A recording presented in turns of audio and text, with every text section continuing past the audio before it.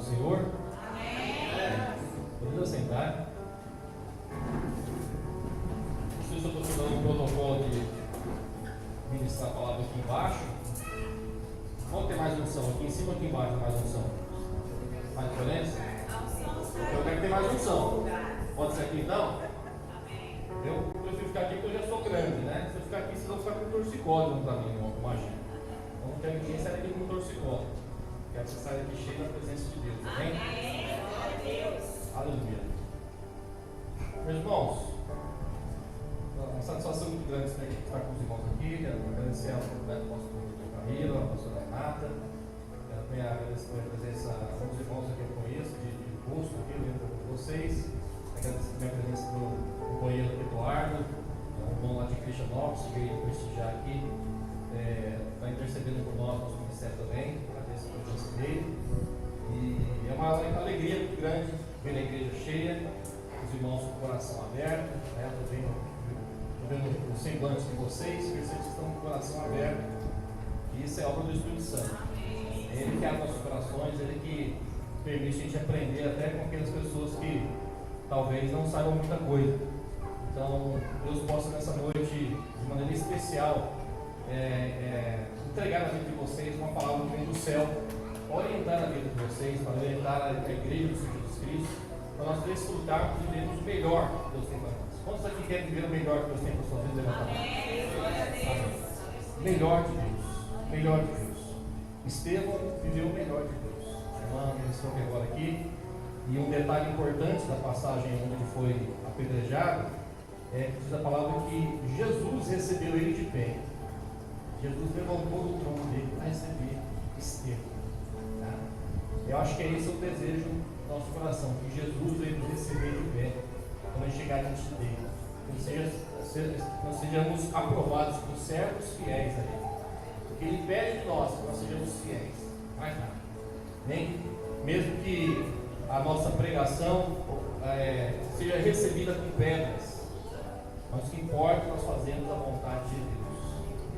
E a pergunta que eu faço hoje, que tem a ver com a nossa mensagem, com a nossa reflexão de hoje à noite, com a palavra que nós vamos ministrar, é: o que será que Estevão viu que nós às vezes não conseguimos ver?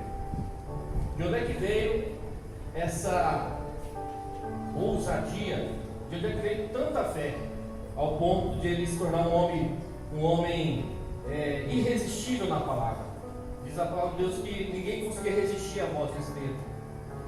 Ninguém conseguia contrariar o que ele dizia. Ele tinha mais conhecimento que os outros, ele tinha mais conhecimento bíblico, mais revelação, mais conduta, mais disposição, mais versatilidade para ministrar a palavra do que os outros opositores. E eu penso, meus irmãos, eu posso estar enganado, mas eu penso que Estevão, ele entendeu muito bem o que era o reino de Deus. Qual foi a porta que abriu com a vida de Cristo, com a mensagem do Evangelho? O que era o Evangelho do reino? Estevão, ele pregava o Evangelho do reino. E eu penso que hoje um grande desafio nosso, como Igreja do Senhor Jesus Cristo, é nos inserir na história do reino. O que importa para nós, irmãos, o que importa para Deus não é muito só história particular, o que você está vivendo, mas como você é inserido na história maior, a história da redenção, a história onde Deus está operando e agindo e se manifestando no mundo. O que importa para nós, como filhos de Deus, quantos aqui já são cristãos há mais de 5 anos? Levanta a mão. Mais de 5 anos. Quantos aqui são cristãos há mais de 5 dias? Alguns também, né? Então, independentemente do ponto que você se encontra em relação à fé, ou se você está aqui hoje vindo de uma outra igreja, ou você veio como convidado, como eu, ou você às vezes está vindo como curioso, alguém que está procurando alguma direção, procurando uma orientação da parte de Deus, de uma forma ou de outra, em algum momento da sua vida, você vai precisar se conectar com a história maior do reino de Deus, para fazer parte ativa desse propósito que Deus tem para nós. E qual que é o propósito de Deus para nós? Eu queria começar então lendo uma passagem de Romanos, capítulo 14, versículo 17. Mas antes disso, fazer uma oração também, para que o Espírito Santo possa ministrar através de nossas vidas, e que vocês possam vir não apenas informados, mas transformados pelo poder do Evangelho. Amém? Vamos orar. Enquanto vocês amém. Senhor Deus, nosso Pai Celestial, nesta noite nós queremos, Pai, em primeiro lugar, agradecer ao Senhor pela oportunidade de estarmos aqui reunidos em Teu nome. Obrigado, Senhor, que a Tua igreja está aqui, Pai, com o coração aberto. Obrigado, Senhor, que o Senhor deu saúde, Deus, e segurança para estar aqui também. Obrigado, Senhor, pela vida da igreja que está crescendo. Obrigado pelos jovens, as crianças. Obrigado pelos adoradores que estão aqui, Pai, com o coração, Pai, sedento por Ti. Por isso, Pai, gera em nós esse momento, Pai, um momento de abertura do nosso coração, que possamos sair daqui, Pai, informados e transformados, para vivermos melhor nessa terra, na Tua presença, frutificando o louvor da Tua glória, em nome de Jesus. Amém. Amém. Então, Romanos 14, 7, falando sobre a vida cristã e o reino de Deus. O que é o reino de Deus? Qual que é a história que dá sentido para a sua história? Qual é a grande história que guia a sua vida? O que motiva a sua caminhada? O que te inspira? O que te leva ao sacrifício? Quais são os seus heróis? Nossos heróis são homens que morreram crucificados, morreram assassinados, morreram apedrejados, morreram incompreendidos, muitos deles. Mas também foram homens que morreram deixando muitos frutos, muitas vidas salvas, muita luz, muita verdade, muita restauração e esperança. A esperança do reino de Deus. Então nós temos que nos perguntar, talvez a maneira interessante é essa, perguntar quais são os seus heróis, aqueles que inspiram a sua vida. A partir das suas referências, você vai começar a desenvolver os valores, a postura e também a visão de onde você quer chegar. E nós vemos aqui o apóstolo Paulo como um exemplo para nós de alguém que tinha visão, alguém que tinha convicção, alguém que sabia exatamente o que estava fazendo e para onde queria ir. E o que ele diz aqui acerca do reino de Deus é interessante. Diz o seguinte, capítulo 14, versículo 17. Quem achou, diga amém. Quem não achou, diga misericórdia. Ó, o pessoal aqui está fera na Bíblia. Então, o reino de Deus não é comida nem bebida, mas justiça, paz e alegria do Espírito Santo. Amém?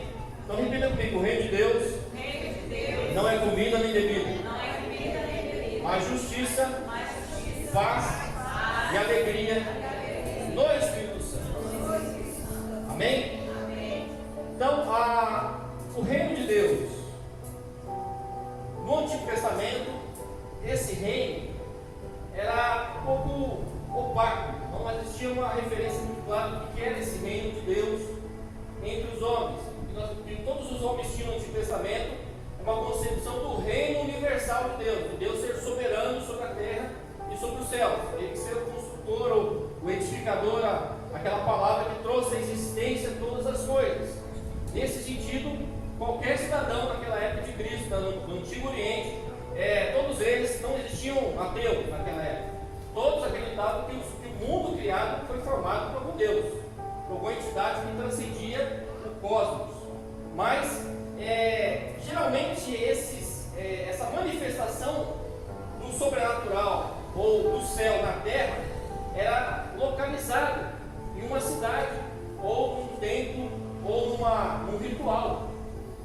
Só que o apóstolo Paulo e Jesus também, ele estabeleceu uma nova perspectiva, uma nova compreensão e revelação do que é o reino de Deus. E esse reino, ele não tinha uma geografia, esse reino não tinha uma cidade, esse reino não tinha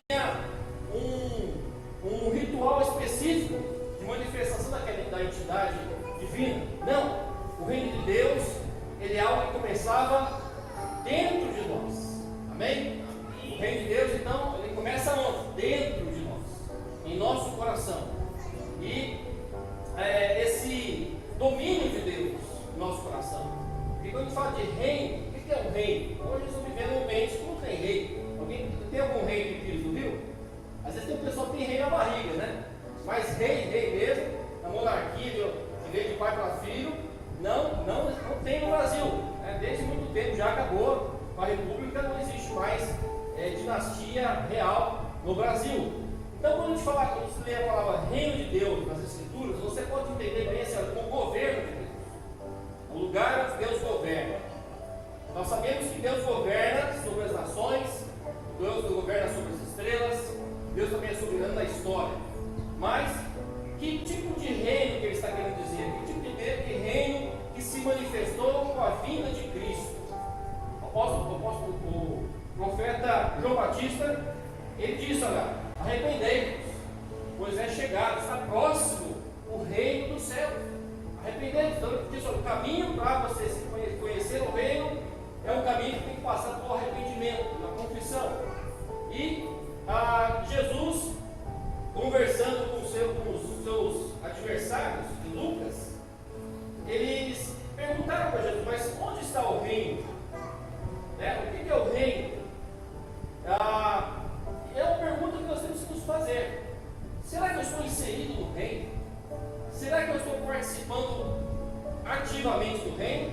Ou eu caí de paraquedas e estou assim, acidentalmente, sem saber direito, estou agindo, fazendo, porque alguém me mandou, mas não tenho certeza de que realmente é um cidadão desse reino. Então, a questão do reino de Deus, meus irmãos, nós entendemos que o reino de Deus é onde ele governa os céus na terra, mas também em nosso coração, é algo que nós precisamos entender melhor. Não sei se você lembra comigo a passagem de Jesus com Nicodemos, no capítulo 3 de João. Tem uma conversa de Jesus, uma conversa bem conhecida de Jesus com Nicodemos, e diz o texto que Nicodemos veio até Jesus à noite, e na concepção de Nicodemos, ele achava que Jesus era um filho de Deus, era uma pessoa importante, alguém que era enviado por Deus, por causa dos milagres e sinais que Jesus fazia. Mas o que foi que Jesus disse aqui por dentro? Vamos lá em João 3, para a gente entender um pouco mais do que não é o reino. Primeira coisa, vamos ver o que o reino não é, para depois entender melhor o que ele é. Então diz aqui o texto, João 3:3. Jesus respondeu, ou melhor, vou começar com 2 aqui. Rabi, sabemos que o Senhor é mestre vindo da parte de Deus, e que ninguém pode fazer esses sinais que o Senhor faz, se Deus não estiver com ele. Olha a resposta de Jesus contrariando o poder. Em verdade, lhe digo que se alguém não nascer de novo, não pode ver o reino de Deus. Então nós percebemos que, além do arrependimento, é necessário que a pessoa, para conhecer e participar desse reino, ela precisa nascer de novo. E sem um novo nascimento, ninguém vai ver o reino dos céus. Amém?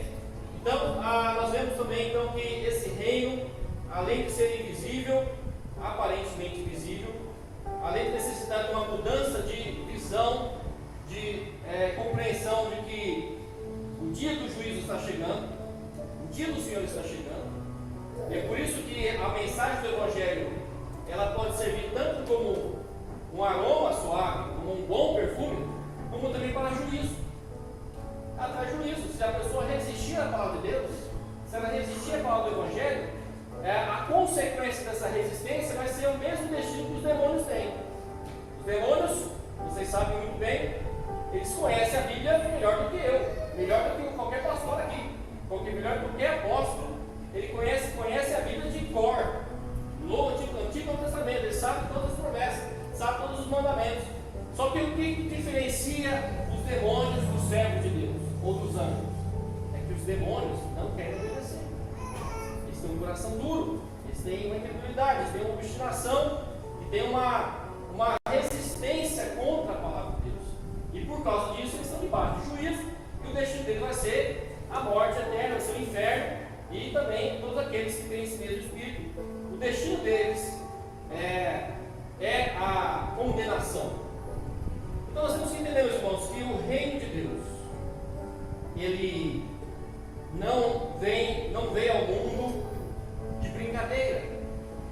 O reino de Deus não é só uma perspectiva da sua mente, não é só uma questão das suas emoções, não tem a ver só com um sentimento, um arrepio, sabe, quando você vai para a igreja, vai falando em línguas e vem aquilo. Não.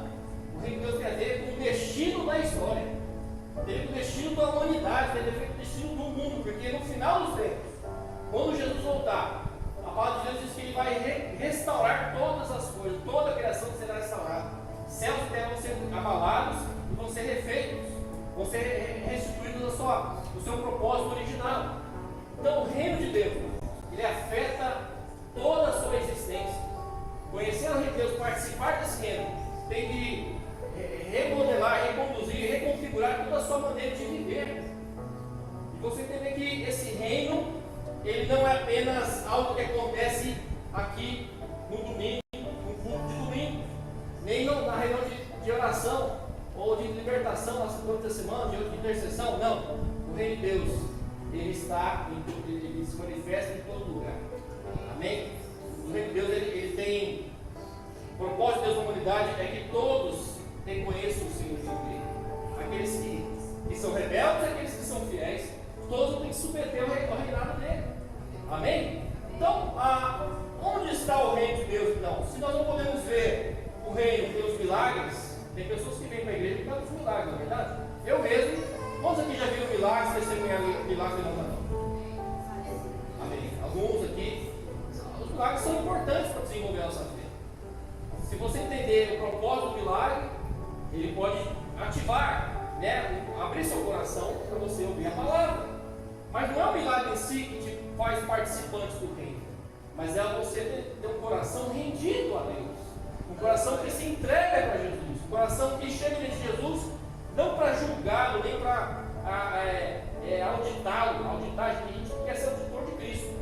Não tem o pessoal na internet hoje que é auditor do reino, fica julgando se a igreja está certa ou está errada, fica criticando os pastores que fazem certo ou está errado. Auditor do reino, o ministério novo que tem aí, ó. Vou fazer chegar currículo para esse ministério do auditor do reino. Mas Deus, nós não podemos ser auditores de Deus, auditores da palavra.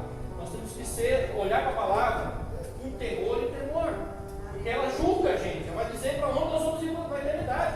Ela vai dizer o destino da nossa alma. Ela vai dizer a nossa vocação, como nós vamos ser moldados aqui na terra para desfrutar o melhor dessa terra da presença de Deus, para carregar a nossa cruz.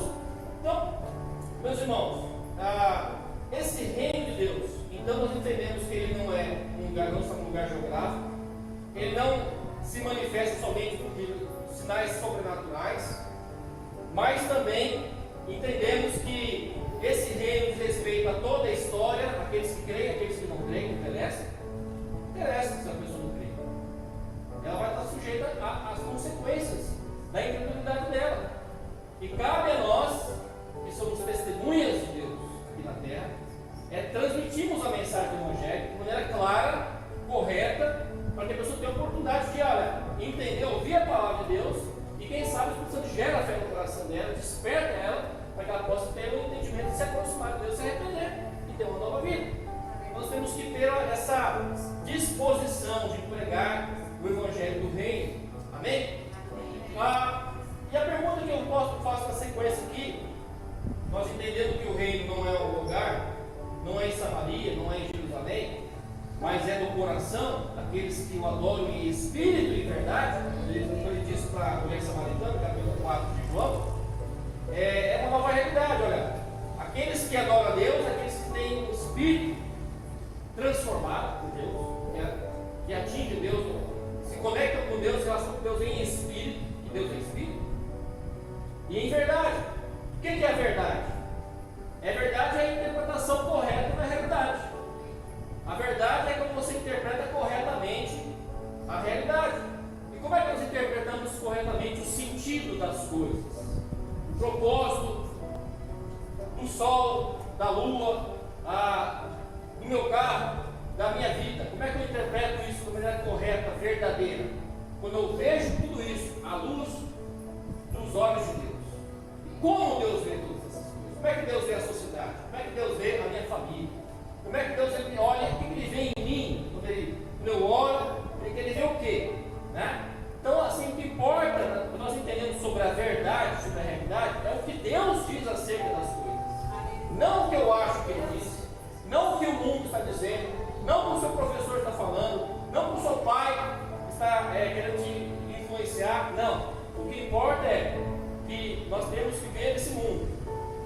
conhecer a verdade através dos olhos de Cristo. Porque esse mundo foi feito por Ele, para Ele, e nele tudo subsiste. Todo esse mundo foi criado e Deus entregou para ele, para Jesus, uma autoridade, um reino, para que tudo fosse estabelecido e que todos os inimigos de Deus fossem colocados sob o estrado dos seus pés através de Cristo. E nele nós podemos ser novas criaturas, nele nós podemos viver em conformidade com a palavra de Deus, que o povo de Deus no Antigo Testamento jamais conseguiu viver. Agora em Cristo Jesus, pela obra do Espírito Santo, você pode sim viver uma vida santa, você pode sim viver uma vida reta, você pode sim ter uma vida transformada. Tem pessoas hoje que acham que as pessoas não mudam. Quando a gente já ouviu dizer que as pessoas não mudam, alguém falar, as pessoas não mudam, aqui a pessoa é o que ela é. Alguém já ouviu falar essa expressão? Tem pessoas que acreditam assim, piamente, as pessoas não mudam. Elas só dão tempo, né? Então, o cara fala assim, né?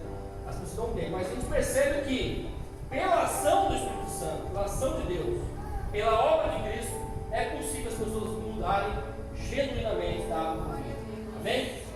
Eu imagino que entre nós temos pessoas que mudaram da água do vinho, da água para o vinho, ou da cerveja para a água, né? Tem pessoas aqui que eram, se você olhar para elas hoje, há 10 anos atrás, você não acredita que é a mesma pessoa. O que foi possível? O que aconteceu de um tempo para cá que levou a pessoa a ter uma transformação radical na sua maneira de ver a vida e de se conduzir no mundo? É a ação do Espírito Santo. É a operação do reino, do Evangelho agindo, atuando, nos transformando, nós nos conectarmos com a eternidade. O céu, então, o reino de Deus, ele diz respeito a algo celestial, algo que vem do céu. O céu que sustenta a terra. O mundo é sustentado pela palavra de Deus. A palavra gera vida. E hoje nós sabemos, a ciência sabe que tudo que tem vida tem um código genético. Não é assim? Tem um código, tem uma codificação linguística que sustenta aquela estrutura, aquela pedra, aquele gato, aquela árvore. Tem uma codificação genética que dá vida, que dá forma, que dá até o limite de tempo que aquele ser pode existir. Então você percebe que até na natureza material, você vê que por trás disso tem um código, tem uma mensagem, uma língua, tem uma linguagem que sustenta aquilo lá, que faz da existência, que dá proposta àquela coisa. Então a gente percebe que os céus governam a terra. Isso não é uma conversa de religioso, isso é a própria realidade. Você pode chegar hoje você pode hoje, no meio acadêmico, no Congresso Nacional, defender uma cosmovisão cristã de maneira racional, de maneira persuasiva, de maneira coerente, ou mais coerente do que a visão naturalista de Darwin, de Big Bang, etc. Então, meus irmãos, nós estamos falando aqui de algo que é muito sério. Não é algo que você. Não é algo marginal. Tem algumas verdades que são marginais na nossa vida. Por exemplo, 2 mais 2 é 4. Se algum policial chegar aqui e falar assim, não, a partir de hoje, a partir desse governo aqui, agora 2 mais 2 vai ser 5. E quem falar que é 4 vai ser preso. Será que vale a pena você dizer, continuar defendendo 2 mais 2 é 4 para ser preso por causa de matemática? Será que vale a pena você ser preso por isso? Às vezes não. Então tem algumas verdades que, por mais que sejam importantes, mas não vale a pena você dar sua vida por aquilo. Mas o reino de Deus diz respeito que é a origem do mundo e o destino dos homens e o propósito da nossa existência. Então, isso sim vale a pena você defender até a morte. Isso sim vale a pena você correr riscos, fazer sacrifícios que diz respeito ao seu futuro, diz respeito ao destino da sua alma, diz respeito a quem você é, a sua personalidade, dos seus valores mais caros que você tem no ser humano. O reino de Deus, então, ele rasga os céus e chega aqui em nós, se estabelece, não numa terra, apesar de se manifestar em Israel, na época entre os judeus, que Jesus era judeu, os discípulos eram judeus, os apóstolos eram judeus, aqueles que mandaram matar Jesus eram judeus, só os que mataram Jesus que não eram judeus, eram romanos, mas amando dos judeus, com pressão dos judeus mataram Jesus. Hoje não, hoje nós entendemos que o propósito maior, a sabedoria de Deus decidiu que esse reino seria estabelecido a partir agora de um coração transformado. Um coração que seria transformado num templo. Nós agora somos um templo, santuário de Deus. Isso é muito simbólico, meus irmãos. Isso nos remete ao Antigo Testamento, à época do Êxodo, onde Deus separa para si o povo do Egito e constitui esse povo num lugar que eles não têm terra. O povo de Israel ele foi constituído, ele foi formado no deserto, longe da terra deles, longe da terra onde eles eram escravos e longe da terra onde seriam herdeiros, que era Canaã, a terra que manda leite e mel. Então você percebe que Deus ele tem um propósito, não mudou a maneira de trabalhar. Ele continua agora levantando para os seus filhos: olha, eu vou colocar um coração novo no meu povo, um coração agora que está disposto a me servir, que vai me obedecer, um povo que vai me amar de verdade, não igual Israel que quebrou a aliança 1000 vezes, ou Israel mesmo, o povo de Deus no Antigo Testamento, que rejeitou a palavra, que descumpriu, que criou outros deuses. Não, agora eu vou criar uma nova aliança, como disse Jeremias. Nessa nova aliança eu vou criar um povo para mim, que me adora de coração, um povo que quer me adorar, não por obrigação. Eu quero amar a Deus, eu quero me perder, eu quero orar, meu corpo não quer orar, mas eu quero orar e eu vou orar, porque o Espírito Santo me fortalece. Eu não quero ler a Bíblia, mas eu preciso ler a Bíblia, porque a Bíblia não é uma questão de hobby. A Bíblia tem a ver com como eu vou viver minha vida, como é que eu vou viver sucesso na vida, como é que eu vou ter êxito na minha vida, como é que eu vou ser uma boa testemunha, como é que eu vou ser uma pessoa irrepreensível, como é que eu vou ser um bom marido, como é que eu vou ser uma boa esposa, como é que eu vou trabalhar melhor, como é que eu vou descobrir as coisas, criar novas coisas para resolver problemas reais, para servir melhor na sociedade, para servir melhor no meu trabalho, para dar um bom testemunho, para ganhar melhor, né? Para ter uma vida mais em paz. Então tem tudo a ver com a sua vida, tem tudo a ver com o futuro da sua vida e a prosperidade que Deus tem para você, que envolve bens materiais e espirituais, como a paz, por exemplo. Tá? A paz. Paz, meus irmãos. O apóstolo Paulo diz que o reino de Deus ele é justiça, tá? Paz e alegria. Justiça. Irmãos, o reino de Deus, o trono de Deus é um trono de justiça. Você tem ideia do que é ter um trono de justiça? A seriedade do que é a justiça. Deus é um Deus justo. Ao ponto de dizer que se Deus não fosse justo, não valeria a pena você estar perto dele. Você vai querer viver do lado de uma pessoa ímpia no céu, que não se arrependeu, que matou criança, por exemplo, ou que te prejudicou. Deus é um Deus justo. Deus ele vai destinar os ímpios, dar uma recompensa para os ímpios. A recompensa da impiedade do pecado é a condenação, e a recompensa dos justos, dos fiéis, é a libertação, é a comunhão com Deus eternamente.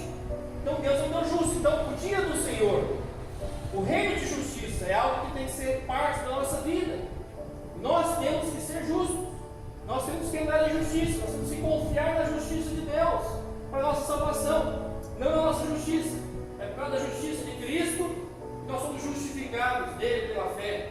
E essa justiça nos reconcilia com Deus, nos faz, nos santifica para receber o Espírito Santo e viver em conformidade com a vontade de Deus, do mesmo jeito que Estevão viveu. Estevão não é um crente especial. No reino de Deus não tem pessoas especiais.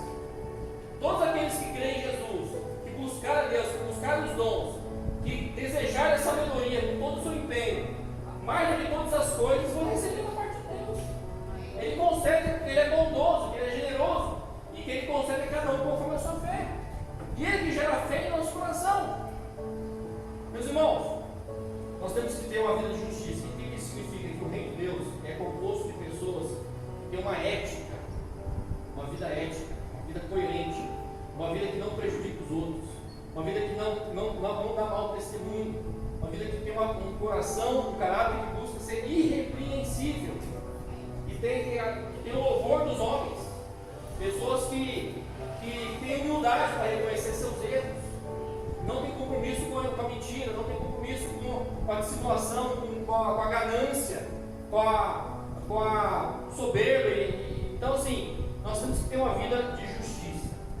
E Jesus mesmo disse para nós em Mateus 6 que o reino de Deus, nós temos que buscar o reino de Deus e a sua justiça em primeiro lugar, porque as demais coisas Ele nos acrescentaria. O que são as demais coisas? São geralmente aquelas coisas que tiram o seu sono.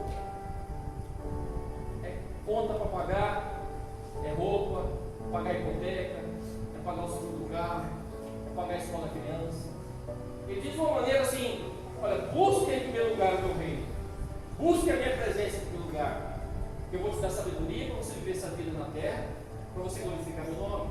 E eu vou prover tudo o que é necessário para vocês. O reino de Deus, meus irmãos, ele diz respeito também à provisão de Deus.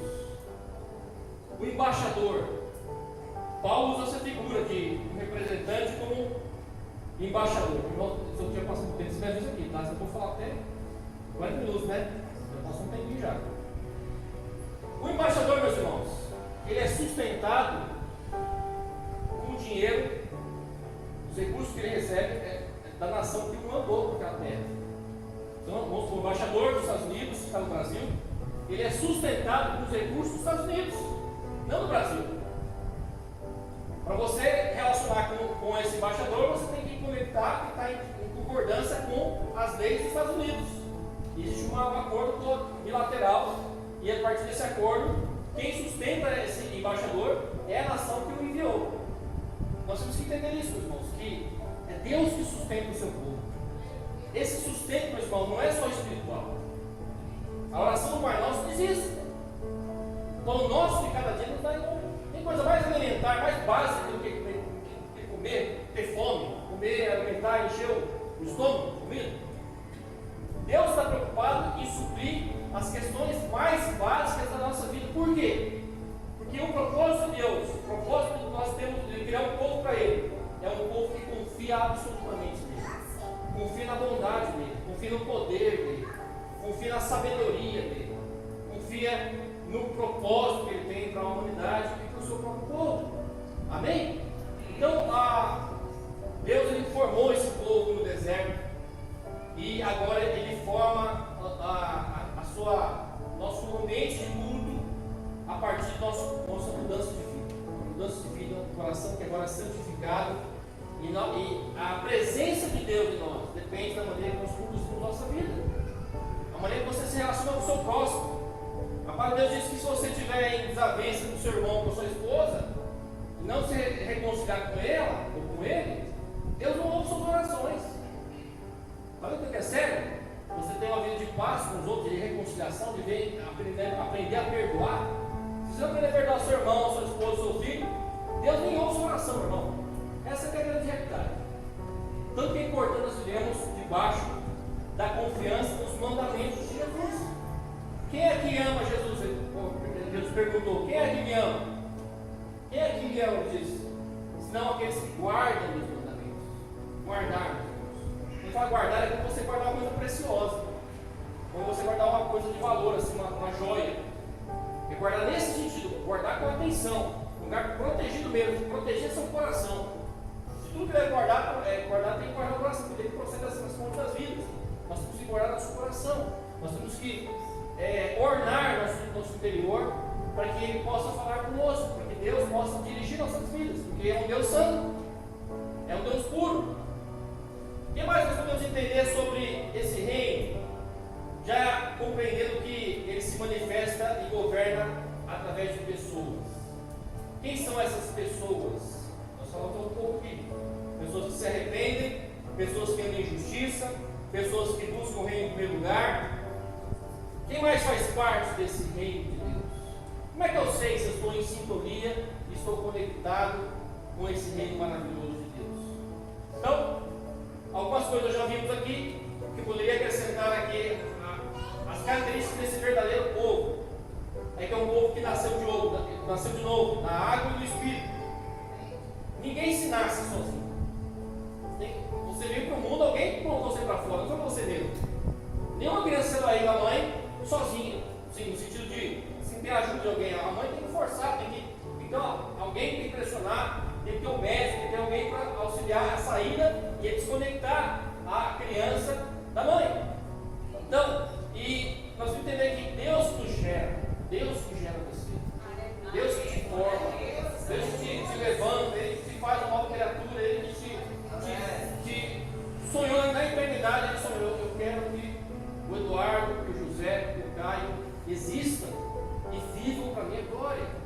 E eles vão poder compartilhar da minha divindade. Eu quero que eles compartilhem da minha divindade, eu quero que eles sejam cooperadores do reino. Deus, ele tem a bondade de Deus se manifestou em nós, por isso nós podemos viver dentro desse novo nascimento como aqueles que são legítimos dentro do reino de Deus. Quem mais que são verdadeiro Israel, verdadeiro povo de Deus? São aqueles que são a comunidade dos sacerdotes reais. Sacerdócio real, nação santa, povo em propriedade exclusiva de Deus, do apóstolo Paulo, do apóstolo Pedro, 1 Pedro, ele diz que nós somos sacerdotes. No Antigo Testamento só tinha um sacerdote, um sumo sacerdote, e outros sacerdotes que ficavam só no lugar santíssimo, e um sacerdote, que era o sumo sacerdote, que entrava uma vez por ano no lugar santíssimo, no Santo dos Santos, uma vez por ano. Então, a relação com Deus no Antigo Testamento era imediata. Você precisava de um sacerdote, você precisava de um padre, você precisava de, sei lá, algum mago, quem era dos pagãos, né, os povos politeístas. Ou seja, ninguém tinha acesso direto a Deus. A relação com Deus era impessoal, quase impessoal nos outros povos. Mas no meio do povo de Deus, não. O Deus que se manifestou em Israel era um Deus vivo. Era um Deus que queria habitar no meio do seu povo. Era um Deus que criou caminhos para que esse povo pudesse viver em santidade, mesmo sendo pecador. É um Deus que mostrou o seu caráter e se revelou como grande eu sou. Ele revelou a identidade dele. Nenhuma nação conhecia Deus de verdade. Todos tinham ciência da existência de deuses, mas ninguém sabia o nome de Deus. Ninguém sabia quem era o Criador do céu, da terra, do sol e das estrelas, que sustentava todo o universo. Ninguém sabia. E ele se revelou para quem? Para Moisés. O eu sou. O eu sou, eu. Ele é uma pessoa, ele tem uma personalidade, ele tem um caráter, ele tem propósito. Ele revelou esses propósitos, revelou sua vontade, seu poder para nós, para o seu povo. Amém, meus irmãos? Então agora, na realidade, a nova dispensação do reino de Deus agora, em Cristo Jesus, você agora tem acesso ao Pai diretamente. Não precisa somente de um pastor ou de um padre para se relacionar com Deus. Você pode agora, hoje, na sua casa, aqui mesmo, você pode fechar seus olhos e o Espírito Santo fala diretamente com você. Como ele fala com Jesus, como ele fala com um homem que se acha mais santo da terra, ele fala com você também. Isso é maravilhoso. O reino de Deus ele democratizou o acesso a Deus. Todos aqueles que têm fé em Jesus Cristo têm acesso ao Pai. Podem ser reconciliados com Deus, viver em paz, viver em paz com Deus, por causa da justiça de Cristo, que foi consumado na cruz. Nós agora temos paz com Deus. Paz. Não, nós estamos vivendo num contexto de muita aflição, de muita ansiedade. A ansiedade é um sintoma da falta de paz. É algo que aflige, deixa você inquieto. Você não tem sossego. Você não descansa, sempre preocupado, sempre sem saber o que vai ser a sua vida, o que vai ser o seu futuro, o que vai ser a inflação, da sua saúde, do seu trabalho. Mas Cristo Jesus nos concede uma paz, a paz que excede todo entendimento, e que guarda o nosso coração. Nosso coração descansa nele. Nós percebemos que essa paz, ela é concedida de uma maneira sobrenatural e ela não pode ser retirada pelas circunstâncias. As circunstâncias não concedem essa paz e nem podem tirá-la. Isso é maravilhoso. Porque com paz, meus irmãos, você consegue ter alegria. Com paz você consegue rir. Com paz você consegue dormir tranquilo, mesmo com os boletos vencendo nas suas costas, com a saúde em baixa, você consegue dormir e descansar. Você sabe que o seu Redentor vive. Você sabe que Deus te sustenta. Você sabe que Ele é poderoso. E que Ele promete você não uma vida apenas nessa vida aqui, uma vida abundante aqui, mas Ele promete você uma vida eterna, uma vida ao lado dele, uma vida em corpo ressuscitado. Não tem mais sofrimento, nem dor, nem tristeza, nem nada. Meus irmãos, o homem de Deus, ele vive feliz, ele vive alegre, não porque ele é burro. Tem pessoa que é feliz mais, né, homem? Ele fala, esse não é burro, mas vive sorrindo, tudo por aí. Ele é meio inocente, ingênuo, ele não sabe de nada, é inocente. Não é assim que a gente fala que eu sou feliz demais, muito bom. Mas não. Por que ele é feliz? Por que ele se alegra? Porque ele confia nas promessas de Deus. E ele se alegra com aquilo que Deus se alegra. Ele se alegra em ajudar o próximo. Ele se alegra em fazer o bem. Ele se alegra na simplicidade das coisas. Ele se alegra com pouco. Ele se alegra com muito. Ele se alegra com a prisão. Ele se alegra com o sofrimento. O apóstolo Paulo diz que Deus nos concedeu graça para crer nele, mas também para sofrer por ele. Filipenses 1:29. A graça de Deus é suficiente, ela é poderosa para nos dar condições de viver bem, exultantes, mulher gloriosa, até no sofrimento. Então ele percebe que até o sofrimento tem um propósito de nos aproximar de Deus, como aconteceu com Jó, de nos levar a reconhecer nossa dependência dele, entender o poder do pecado, como que o mundo é mau. Não adianta se iludir com esse mundo, não adianta se iludir com política, achar que vai ter um herói, vai ter um partido melhor que o outro, vai ter uma ideologia que vai ser mais verdadeira. Não, tudo isso aqui é perverso, tudo aqui é mal. Nós não confiamos em Deus, não confiamos na soberania de Deus, não consegue curtir. Ele não consegue se alegrar com a vida, não consegue viver uma vida brincando com seus filhos, de boa, tranquilo. Ele fica sempre preocupado, ansioso. Amém? Meus irmãos, e por fim eu quero encerrar por aqui. A última característica que eu quero destacar, mais duas características que eu quero destacar dos filhos de Deus, aqueles cidadãos do reino dos céus, é que eles são bem-aventurados. A felicidade, a alegria tem a ver com a bem-aventurança. A bem-aventurança que Mateus, que a gente está em Mateus, capítulo 5, versículo 9 até o versículo 13 até o versículo 9. Bem-aventurança é uma pessoa que é muito feliz. Muito feliz. E uma das bem-aventuranças destaca lá dos pobres de espírito, dos que choram, daqueles que têm misericórdia, daqueles que têm um coração puro, aqueles que são pacificadores, e aqueles que amam, têm fome e sede de justiça. Aqueles que olha, fome e sede. Algum de vocês já passou fome? Alguém que já passou fome? Se tem alguém que passou fome, você vai saber o que eu estou falando. Quando você passa fome de verdade, você só pensa em uma coisa, você só pensa em uma coisa, em comer, arranjar comida. Você esquece de tudo. Você esquece do seu nome, enquanto você não achar comida. Você esquece da sua profissão, você esquece da sua mulher, você esquece da sua religião, você esquece de tudo. Porque você tem fome, porque você tem sede. Aqui esse é o significado da fome e da sede aqui, dessa bem-aventurança aqui, tem fome e sede de justiça, porque eles serão saciados. Ou seja, nós confiamos que Deus é um Deus justo que vai fazer justiça. Se não fizer aqui agora, vai fazer no céu, no juízo final. Mas geralmente faz aqui. A pessoa paga aqui na terra muitas vezes pelos pecados que ela comete, não é verdade? Você sabe disso. Tem pessoas que têm credição que entendem que existe a lei da recompensa. Se você colher, você vai plantar. Você pode plantar o que você quiser, mas a colheita é certa. Você vai colher o que você plantou. Não é assim? Então esse senso de justiça tem a ver com o mundo que tem justiça, que tem moral, é um mundo moral de Deus, é um mundo que tem um espírito, né? O Espírito de Deus está pairando sobre as águas, e a glória de Deus se manifesta nesse mundo, onde ele se manifesta como Deus que traz juízo e justiça. Então as bem-aventuranças, ela é a marca do homem que nasceu de novo, é a marca desse novo modelo de humanidade. E esse modelo de um novo homem, ele tem um novo DNA. E esse DNA não é para viver escondido. O DNA que Deus tem para você, meu irmão, é para que você seja sal da terra, luz do mundo. Você influencia o mundo. Influencie. Coloque uma interrogação na cabeça do seu professor que é ateu. Será que é mesmo Deus existe? Esse cara aí tem tanta convicção, fala com tanta autoridade sobre Deus. Será que realmente eu estou errado? Não.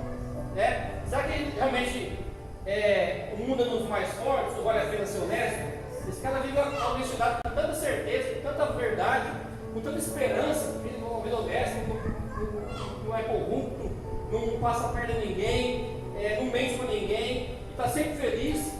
Talvez exista um outro caminho mesmo, para viver melhor. Então, é você influenciar, colocar uma dúvida na cabeça das pessoas acerca do que elas acham que é ou que não é. Mostrar, existe sim um caminho, existe sim uma verdade, existe sim um caminho que dá vida e vida abundante, segurança, paz, proteção, sem você ficar louco. O reino de Deus não tem a ver com utopia, nem com alienação, não.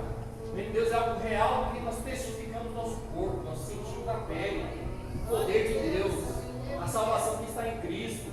E isso é algo maravilhoso, que traz muita convicção e certeza no nosso coração. Meus irmãos, por fim, tem outras características aqui, mas eu vou falar mais a última aqui. Aquele que anda com Deus, ele tem uma esperança escatológica. O que é isso? O que é isso para explicar? Esperança escatológica.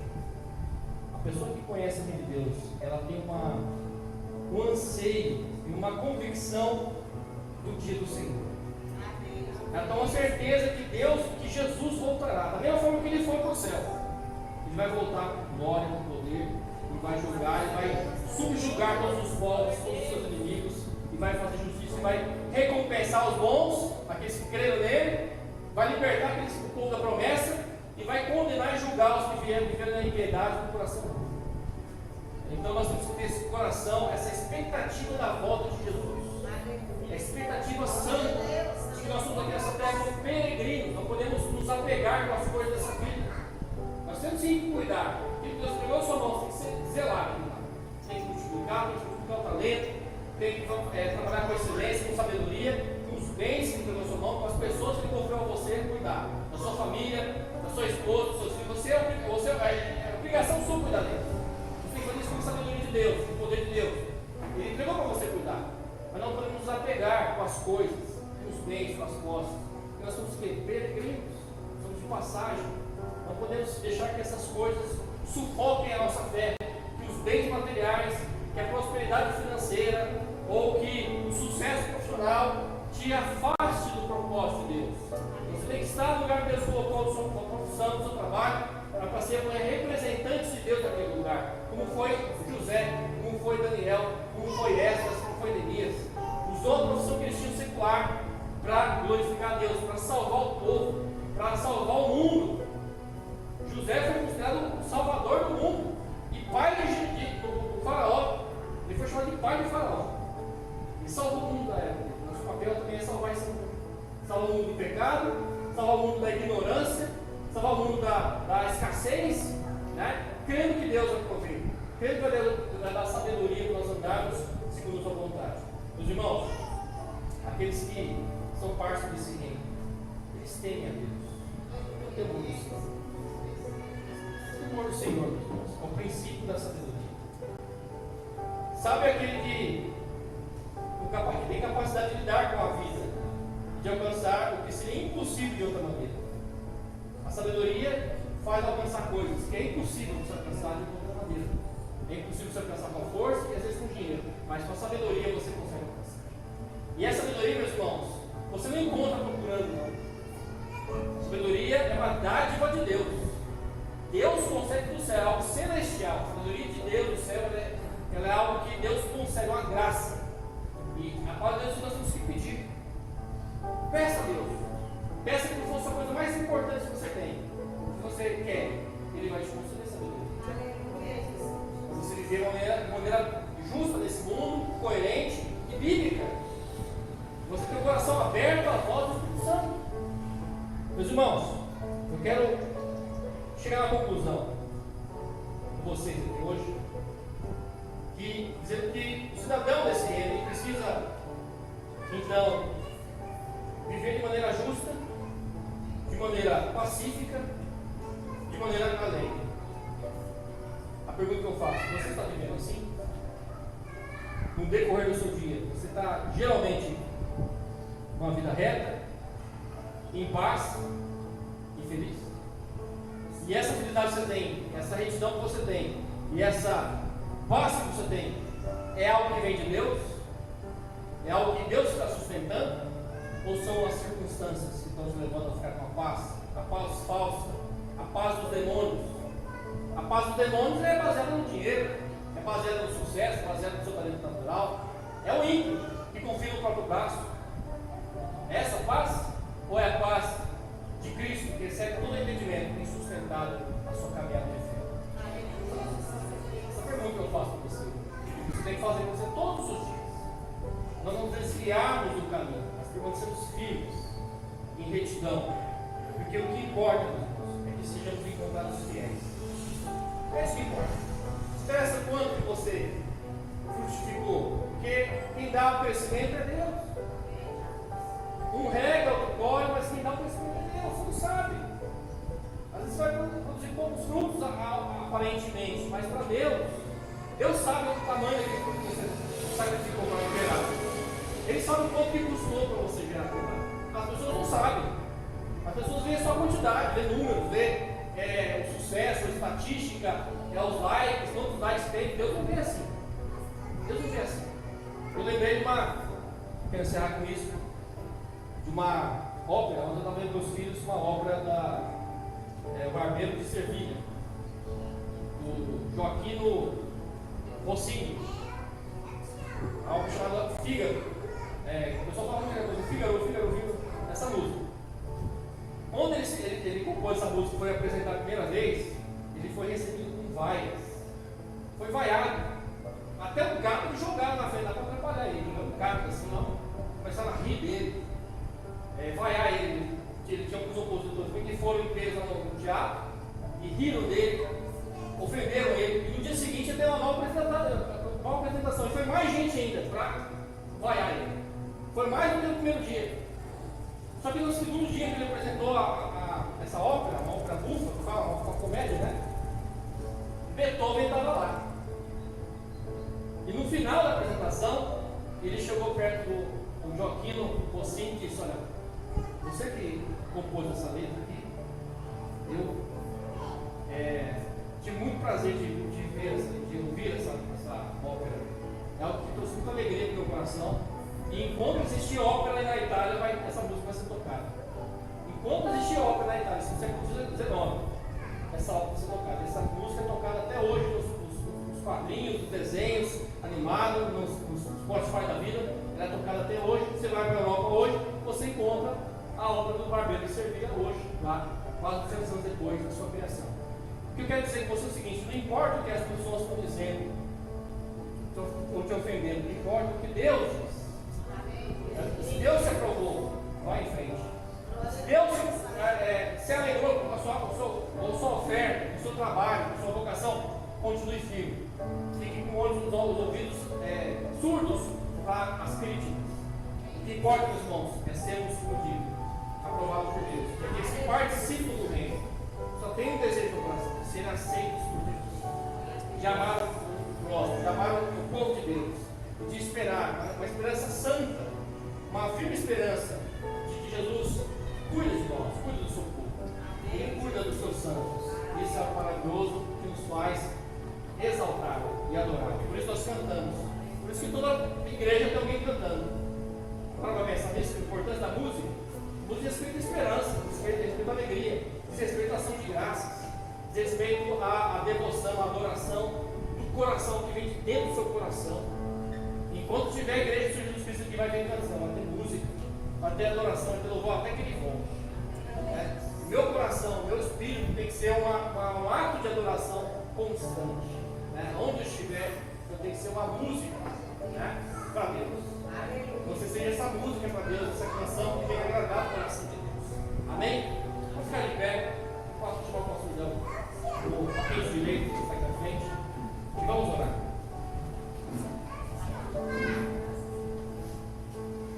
Aleluia. Pode falar no seu coração agora. Espírito de Deus, nós precisamos de Ti, Jesus. Nós dependemos de Ti, meu Pai. Espírito Santo, Deus, ministra nas nossas vidas nessa noite.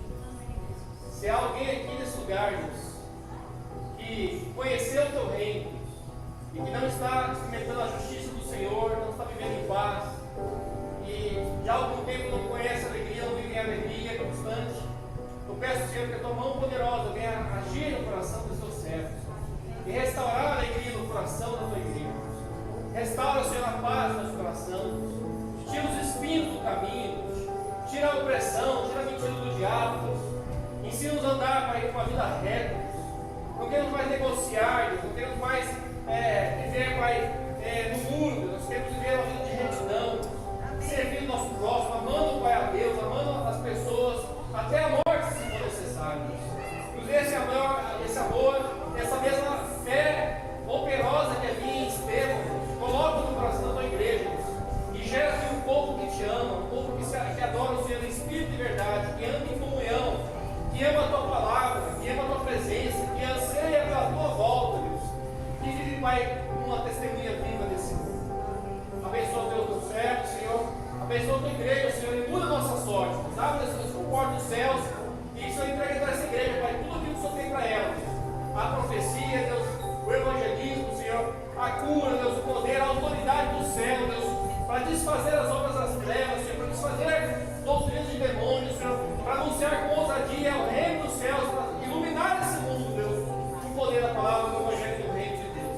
Pai, renova a tua graça em nossas vidas, Senhor. Nos ensina, Pai, a crer em Ti e a sofrer por Ti, Deus, e a dar a vida em favor do Senhor, Deus. Nós queremos, Pai, aqueles que andam no Teu reino, Deus, aqueles que conheceram o trono da graça, aprenda a carregar a cruz todos os dias, na esperança de ressurreição, Deus. Coloca essa esperança santa da ressurreição diária em nossas vidas, que possamos testemunhar dos Teus grandes feitos, adorar e glorificar o Teu nome. Nós te pedimos em nome de Jesus, meu Pai. Louvado seja o Senhor, Pai. Nós te agradecemos por tudo. Amém. Amém. Amém, irmãos. Eu quero agradecer a paciência de todos vocês e verdade que o Senhor fala do Senhor Jesus. Muito obrigado. Senhor Deus, Deus de poder, Deus de graça, Deus de misericórdia. Pai, obrigado. Obrigado pela oportunidade, somos Deus, de estar na tua presença. Obrigado pela oportunidade, somos Deus, de ouvir a tua palavra. Pai, que essa palavra foi ministrada, Pai, possa fazer a diferença em nossas vidas, possa trazer sobre nós uma reflexão, Pai, para nós vermos que nós estamos realmente vivendo de acordo com a palavra do Senhor. Pai, eu te peço em nome do Senhor Jesus, Pai, cada família aqui, Pai, seja guardada, direcionada pelo teu Santo Espírito, Pai, visita, Pai, cada um dos teus filhos, Pai, cada lar aqui apresentado seja alcançado, Pai, seja guiado e direcionado pelo Senhor. Papai querido, maravilhoso Deus, da mesma forma que o Senhor nos trouxe em segurança até aqui, nos leve segurança para os nossos lares, nos deu uma noite tranquila, uma noite de revigoramento, e que a misericórdia do Senhor venha se renovar em nossas vidas, até que o nosso Senhor Jesus Cristo volte. Nós te pedimos, ó Pai, em nome de Jesus, em nome de Jesus, em nome de Jesus, que o amor de Deus, a graça do nosso Senhor e Salvador Jesus Cristo, a comunhão e as doces consolação do Espírito Santo do Senhor repouse sobre nossas vidas, sobre o nosso lar, sobre a nossa família, não somente hoje, mas para todo sempre. Quando vocês digam amém.